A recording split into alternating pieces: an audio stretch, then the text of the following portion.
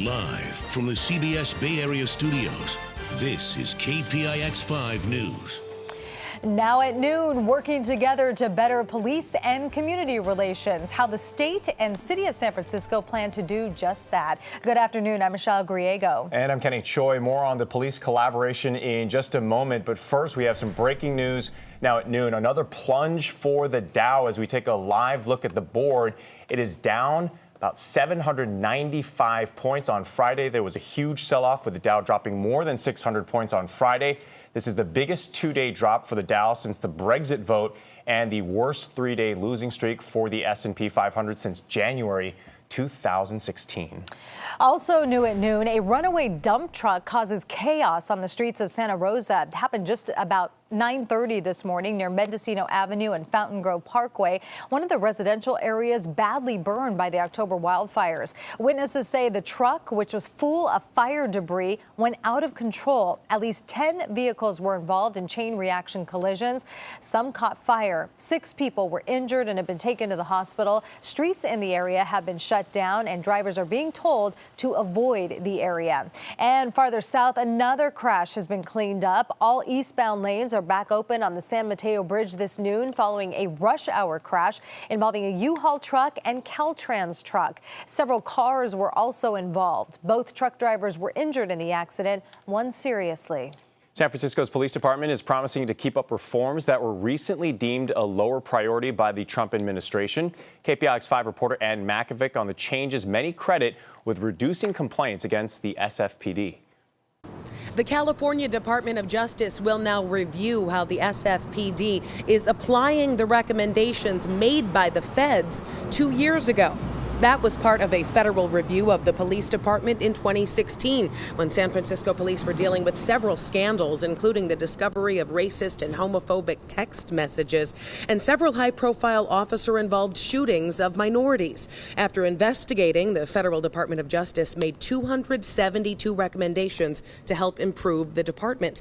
In September, the Department of Justice under the Trump administration announced it would no longer review the proposed reforms. Now, the state will. Accountability, transparency, confidence, and trust, they all come from giving people a sense that there will be an independent review of the work that's being done. San Francisco Police Chief William Scott said use of force has decreased 18% year over year, and complaints against officers are down 8.5%. I think today is the beginning of the rest of the journey in terms of making this department a better department.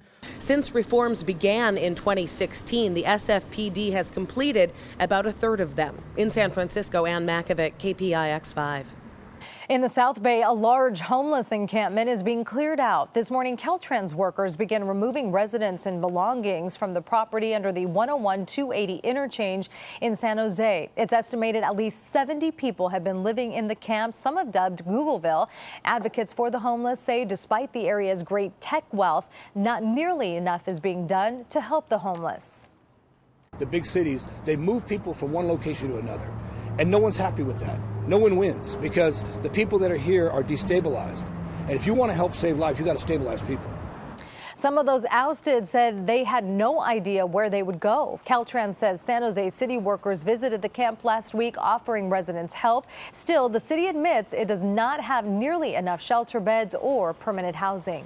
The Alameda City Council is expected to vote tomorrow on whether to purchase more cameras that read license plates. The city already had these kinds of cameras installed on 4 police patrol cars. The department credits the devices for alerting them to a car thief, driving a stolen car, and helping officers locate a suicidal woman. The police chief, Paul Roleri, wants funding for 13 more cameras to cover all the routes into and out of the island city. Anything that they feel that they need in order to empower them to do their job and to keep the citizens safe, I think that we should give it a shot. Some critics fear that federal immigration officials could use those cameras to catch undocumented immigrants, but the chief says that the cameras would only focus on license plates, not the drivers, and immigration agents would not have access to these cameras. Sausalito has license plate cameras at all 3 entry and exit points. The city of Piedmont also has cameras to monitor cars driving in and out of the city. New at noon, CDs are being put out to pasture along with old cassette tapes and 8 tracks. KPIX 5's Jessica Flores on the big retailer that just announced it will stop selling them soon. Come July 1st, you won't be able to buy CDs from Best Buy stores. The company is clearing its CD shelves after seeing a sharp decline in sales. It's sounding like the swan song for compact discs. At Best Buy stores around the country, it's so long for the once revolutionary music product. When's the last time you bought a CD? Wow, it's a long time. I can't even remember. I haven't bought a CD in probably 15 years. It's been a long time. How do you get your music? Usually I listen to Tidal. Consumers ditching compact discs in favor of online streaming services is dragging down CD revenue. According to RIAA, the music industry trade group, CD shipments now only make 16% of music sale revenue. Meanwhile, streaming services such as Spotify, Tidal, and Apple Music account for 62% of the total market in the first half of 2017. That's up 48% to the tune of $2.5 billion. And Best Buy isn't the only big box store turning away from CDs. According to Billboard, Target wants to pass the risk of selling CDs to the suppliers and only pay for the shipment if the CDs sell in stores. Once the future of music, the compact disc, now facing its final act. In Emeryville, Jessica Flores, KPIX 5. New details on disgraced sports doctor Larry Nassar, convicted of sexually abusing more than 100 young athletes. Today, he apologized to his victims before his final sentencing. For weeks, young women have described how Nassar's sexual abuse left them traumatized. A total of 265 young women have come forward to share their stories. And just a few hours ago, Nassar addressed them in a Michigan courtroom. It's impossible to convey the depth and breadth of how sorry I am to each and every one involved. The visions of your testimonies will forever be present in my thoughts. Nassar received a final sentence of 40 to 125 years in prison and is starting his time behind bars with a 60-year federal term for child pornography crimes. Today, Amtrak CEO says a freight train operator is responsible for yesterday's deadly train accident in South Carolina. An engineer and a conductor were killed. 116 others were hurt. Investigators say a track switch was locked in the wrong position, which diverted the train in another direction. The National Transportation Safety Board is investigating why the switch was set incorrectly. The House Intelligence Committee is expected to vote today to release a Democratic response to a declassified memo on the Russia investigation. CBS News' Weijia Zhang reports from the White House on what's next. President Trump lashed out on Twitter Monday against the top-ranking Democrat on the House Intelligence Committee, writing little Adam Schiff, who is desperate to run for higher office, is one of the biggest liars and leakers in Washington. The tweet comes as the House Intelligence Committee prepares to vote today on a Democratic response to the GOP memo released Friday that details information about FBI surveillance related to the Russia investigation. The FBI objected to the memo's release, and Democrats say it presents a slanted view. The goal here really isn't to find out the answers from the FBI. The goal here is to undermine the FBI, discredit the Mueller investigation, do the president's bidding. But President Trump and his family say the GOP memo serves as vindication, claiming the FBI and the Justice Department used an unverified dossier as evidence to get approval to spy on a Trump campaign aide. There is a little bit of sweet revenge in it for me and certainly probably the family. Not all Republicans agree.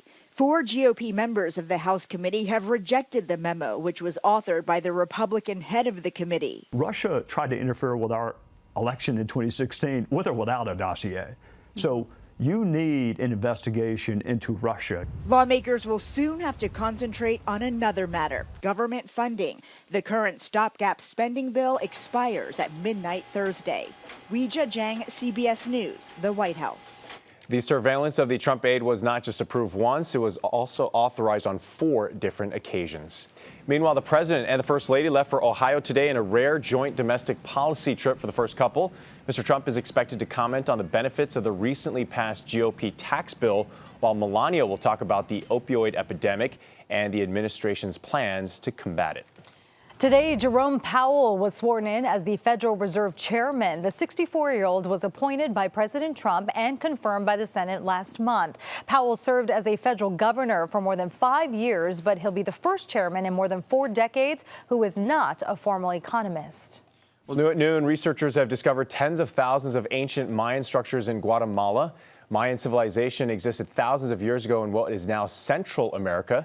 Now, researchers say that they found a megalopolis underneath Guatemalan jungles, and that includes evidence like highways, forts, defensive walls, and palaces. Researchers say that the discovery shows that Mayan civilization was much more complex and populated than they once thought. Philadelphia Eagles made history winning their first ever Super Bowl. What we know so far about the team's victory parade. And surfing in below freezing conditions, why some surfers say that they prefer to pound the waves in the winter months. Well, we are technically in the winter months right now, but it sure doesn't feel like it outside. Taking a live look across at San Francisco's skyline, a little bit hazy, but it is warm and mostly clear. I'll tell you how long that weather's going to stick around coming up after the break. And let's take another look at the big board here. You can see the Dow is down an astonishing 1,500 points. The market is coming off its worst week in 2 years. Stocks fell sharply on Friday, and it just keeps plunging. Again, the Dow down by almost 1,500 points. We're going to be right back.